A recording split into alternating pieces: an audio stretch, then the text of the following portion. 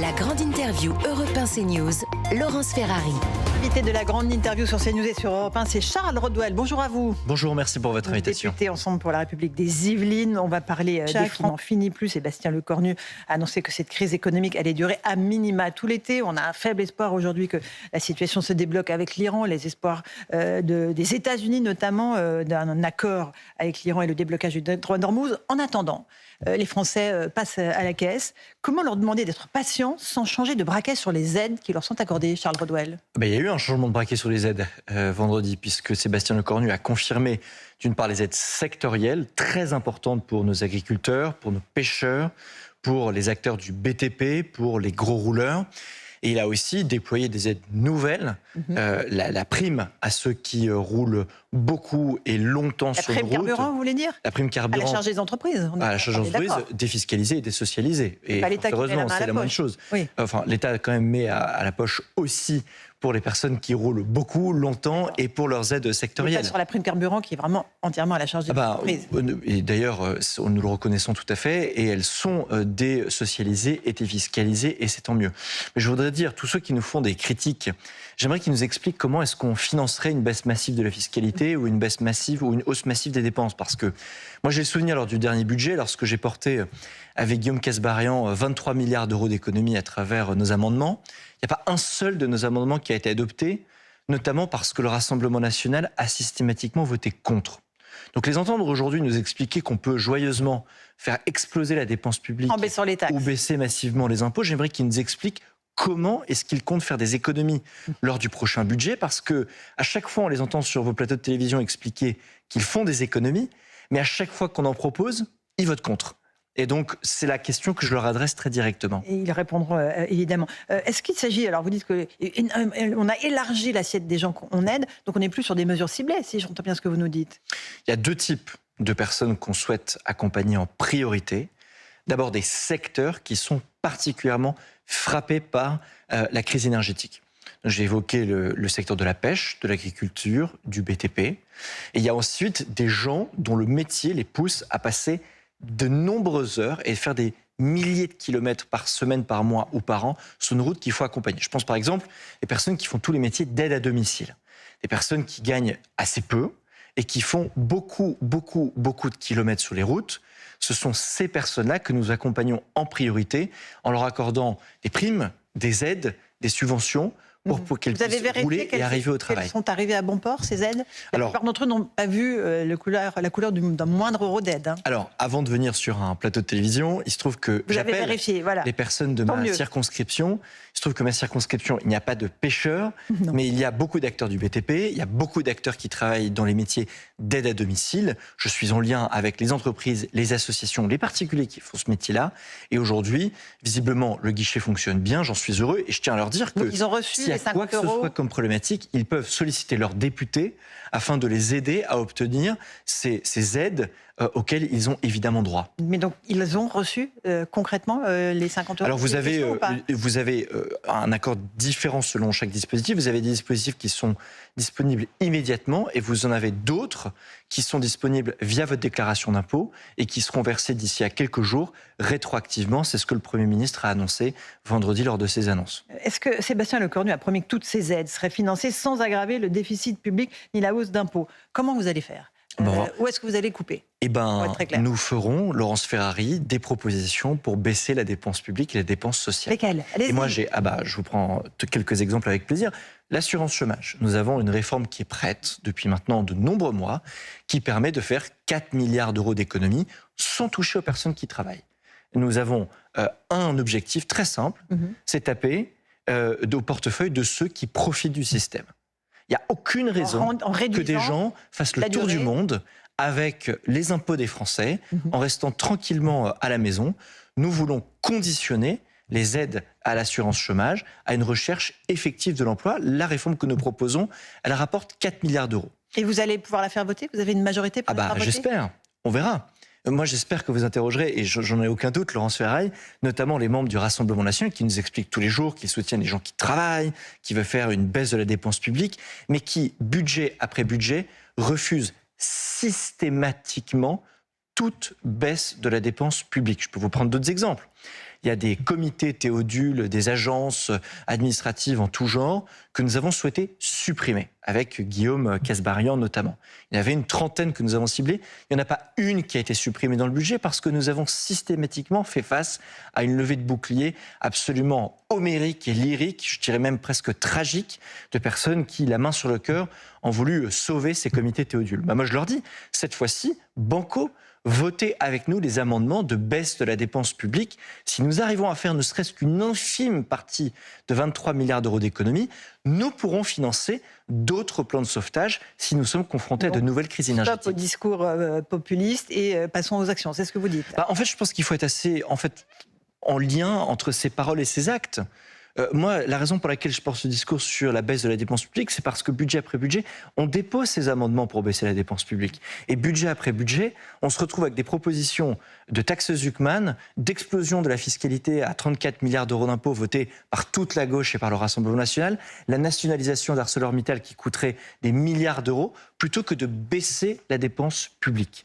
Je ne varierai jamais dans mon discours, ni dans mes actes en la matière. Charles Rodwell, député Ensemble pour la République. Un tout petit mot des ZFE. Le ras-le-bol des Français est à son comble, puisque le Conseil constitutionnel a supprimé l'interdiction des zones à faible émission. Franchement, il y a de quoi perdre la tête. Est-ce que ce pays, justement, marche sur la tête en matière de circulation, d'automobile? Les Français ne comprennent plus ce qui se passe.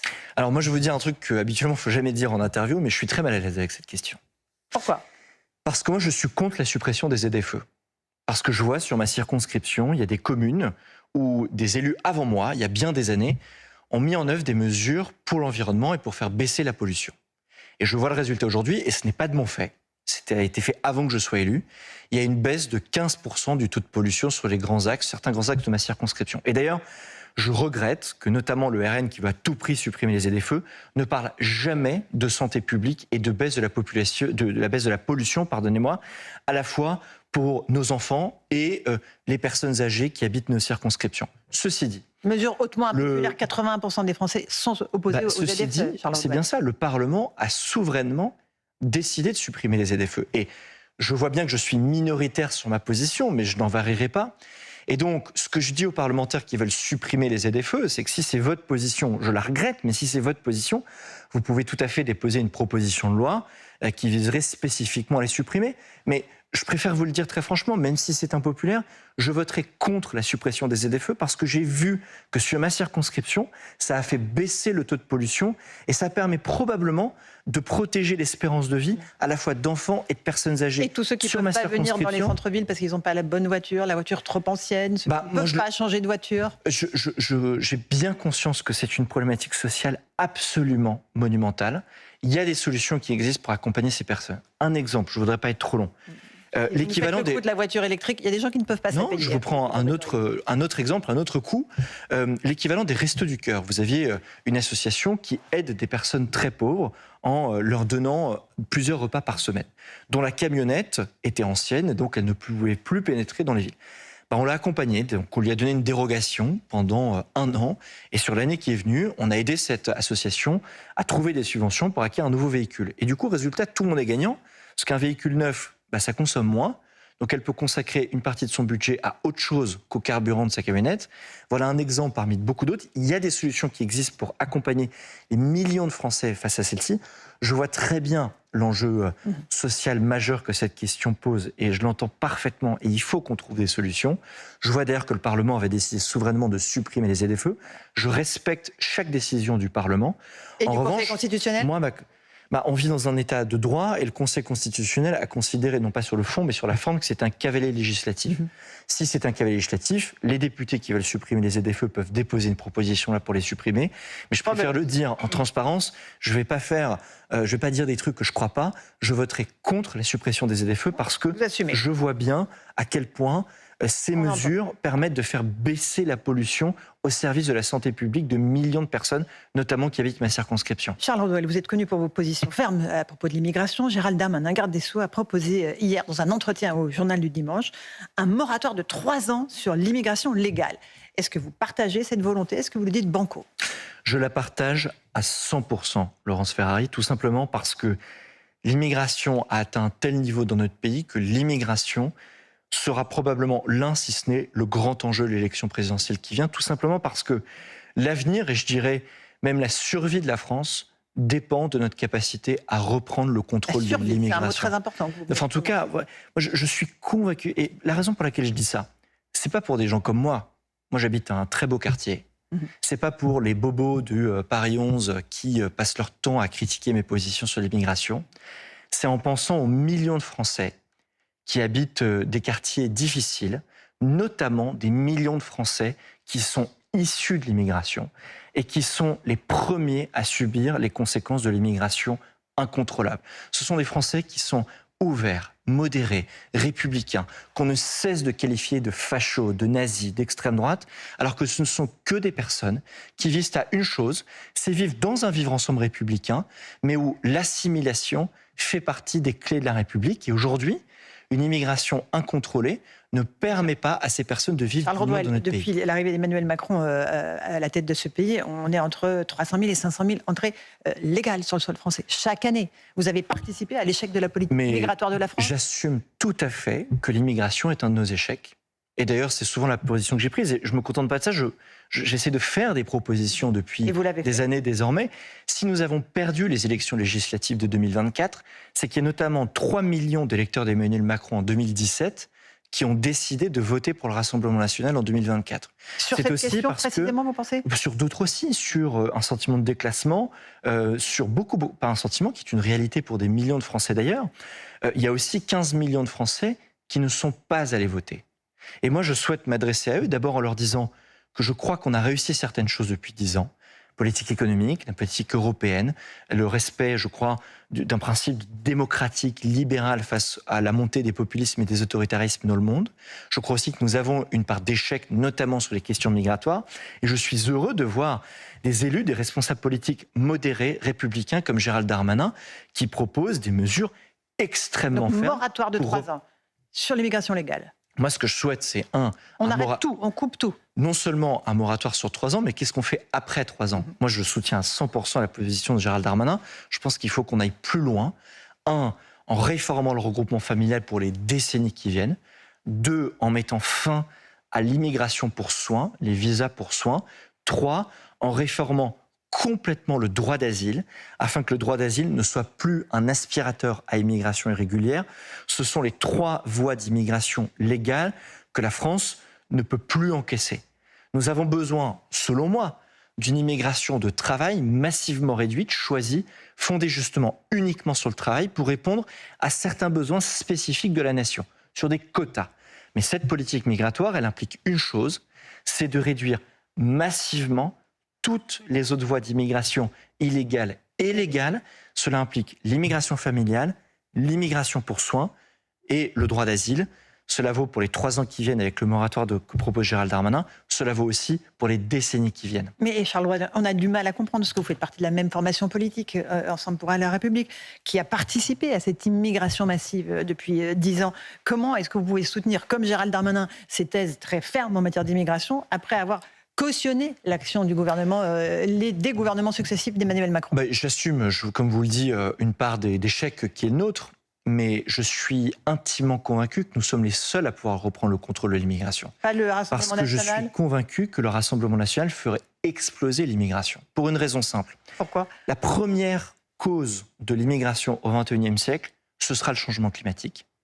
Et quand je constate que 100% des mesures que nous proposons pour lutter contre le changement climatique, le Rassemblement national vote contre, je considère que le Rassemblement national nourrit et alimente à terme l'immigration vers la France. Deuxième des choses, une bonne part de l'immigration qui vient vers notre pays vient du continent africain, du fait de sa démographie, du fait aussi que ces pays sont confrontés, pour une immense part d'entre eux, à la désertification des sols, aux conséquences de la lutte contre le changement climatique, du changement climatique, aux guerres de l'eau. Okay. Si nous voulons réellement réduire durablement l'immigration vers la France, nous n'avons pas d'autre choix que d'investir massivement dans la coopération entre l'Europe et le continent africain. Très loin des propositions du Rassemblement national. Ils souhaitent tout définancer. Mais vous parlez que du Rassemblement national. LFI, sur l'immigration, ça vous va ? Je crois qu'on peut tout simplement dire que non, ça ne me va pas. Quand j'entends Jean-Luc Mélenchon parler de la Nouvelle-France, de la France créolisée, de la fin des Français de souche, de l'immigration totalement incontrôlable. 41% des Français, selon l'INED, sont liés de façon très directe à l'immigration. Mais je suis lié à l'immigration. Moi aussi. Je suis franco-britannique. Mon père n'a pas grandi en France. Je suis moi-même né à Londres. Et donc, je rentre dans ces statistiques. Je vois tous les jours des Français binationaux, qui soient franco-britanniques, franco-espagnols, franco-tunisiens, franco-marocains, franco-japonais, franco-vietnamiens, qui bossent dans nos hôpitaux, qui bossent dans nos forces de l'ordre, se faire donner la leçon par un éditorialiste qui ne met que de l'huile sur le feu du conflit civil qui veut alimenter dans notre pays, moi ça me choque. Ce n'est pas parce qu'on est binational qu'on est moins patriote. Bien souvent, c'est l'inverse. Et moi, je souhaite que tous les Français qui ont grandi avec une double culture soient aussi respectés dans notre pays, notamment par ceux qui souhaitent les représenter un jour à la tête de l'État. Charles Rodwell, parlons du bloc central que vous incarnez, même si vous essayez de tirer vers la droite. Gabriel Attal a officialisé sa candidature vendredi dernier lors d'un déplacement dans l'Aveyron. Il va faire un grand meeting ce samedi à Paris. Vous y serez ? Alors, je n'y serai pas pour 2 raisons. Première des choses, l'un de mes meilleurs amis se marie, je suis le témoin de son mariage, c'est un moment important de la vie. La deuxième des choses, c'est aussi qu'il y a une question idéologique de fond. Je constate une chose simple, c'est que Gabriel Attal a fait une excellente entrée en campagne et je crois que c'est une excellente nouvelle pour tous les responsables politiques et les électeurs de la droite et du centre, républicains, modérés, pro-européens, parce qu'il faut que nous nous rassemblions. Il y a 2 choses que je souhaite voir dans la campagne de Gabriel Attal dans les semaines qui viennent. 1, c'est une volonté de rassembler toute la droite et le centre. Nous n'avons pas d'autre choix que de nous rassembler autour d'une candidature unique. Le deuxième élément, c'est le volet régalien, les positions de Gabriel Attal que prendrait Gabriel Attal sur le volet sécuritaire, migratoire. Dans les 4 piliers qu'il souhaite animer dans sa campagne, il y a la question de la frontière qu'il a mis en avant. Je pense que c'est une bonne intention politique et je suivrai cela de très près. J'attends de voir maintenant les propositions concrètes, notamment la ligne qu'il portera en matière sécuritaire et migratoire, parce que je suis convaincu que c'est un enjeu central de l'élection présidentielle qui vient et je suis convaincu que nous, les forces républicaines, modérées, libérales, pro-européennes, nous ne pouvons pas laisser cette question à l'extrême gauche et à l'extrême droite. Je constate qu'il fait une bonne entrée en campagne et je souhaite, j'appelle de mes vœux, que tous les candidats de la droite et du centre se rassemblent autour d'une candidature parce qu'ensemble on peut gagner, mais désunis, il est certain que nous perdrons. Et nos électeurs ne nous le pardonneront jamais. Est-ce que c'est plus clair du côté d'Édouard Philippe, selon vous, ces questions régaliennes que vous évoquez, sécurité, immigration, ou pas du tout ? Édouard Philippe nous promet un programme massif. Nous l'attendons. Je pense que quel que soit le parti auquel nous appartenons, ce que je constate, c'est que Gabriel Attal, lui au moins, ses intentions sont claires, elles sont visibles, sa campagne est lancée. Je ne doute pas un instant qu'Édouard Philippe, Bruno Retailleau, peut-être d'autres, ont aussi leurs propositions à porter. Mais un message à mon échelle modeste que je partage à chacun de ces candidats-là. Rassemblez-vous, parlez-vous. Je suis heureux de voir que Gabriel Attal et Édouard Philippe se parlent, travaillent ensemble. On ne parle pas à Bruno Retailleau, a priori. Mais en fait, nous n'avons pas d'autre choix que de travailler ensemble, parce que oui, nous avons des différences, mais nos différences sont infimes par rapport à la menace qui nous guette de l'affrontement des populismes que sont LFI et le Rassemblement national. Ça serait le pire des scénarios pour vous, RN, LFI ? Ce serait absolument catastrophique et je suis convaincu, à juste titre, que nos électeurs ne nous le pardonneront jamais. Mais vous mettez un signe égal plutôt entre le RN et LFI. Au second tour, je vous pose la question classique, qu'est-ce que vous feriez ? Je vous le dis très franchement, lorsqu'il a fallu cautionner ou non le Front républicain sur ma circonscription en 2024, avec mon équipe, nous avons pris la décision de refuser le Front républicain avec LFI. Parce que moi, le combat de ma vie, c'est le combat contre le Rassemblement national, mais on ne combat pas l'extrême droite en cautionnant une alliance avec les islamistes qui accompagnent et qui soutiennent l'extrême gauche. Jamais, jamais, jamais, je ne cautionnerai le Front républicain de la honte qui a été celui avec LFI pour lutter contre le Rassemblement national. Et jamais un vote Rassemblement national pour vous non plus ? Je souhaite sincèrement que mon camp remporte cette élection présidentielle et donc jamais LFI, jamais RN. Je souhaite que la droite et le centre se rassemblent. Sur la base des sondages ? Mais en fait, c'est un dernier mot. Aujourd'hui, je porte une proposition de loi la proposition en mémoire de Philippines. Cette proposition, nous l'avons portée avec la droite et le centre. Je l'ai portée avec Gabriel Attal, avec Bruno Retailleau, avec Laurent Nunez, avec Sébastien Lecornu, avec Laurent Wauquiez, avec Gérald Darmanin. J'ai travaillé avec tous ces responsables politiques. Tous ces gens-là ont travaillé ensemble et je les remercie d'avoir travaillé ensemble. Mais puisqu'ils travaillent ensemble sur des sujets aussi importants que celui-ci, je leur dis une chose, faites la même chose pour l'élection présidentielle. Alliez-vous, présentez une candidature commune, unique, pour faire gagner nos idées face à l'extrême gauche et face à l'extrême droite. Merci beaucoup Charles Rodwell, député Ensemble pour la République, était notre invité ce matin sur CNews et sur Europe 1. Bonne journée à vous.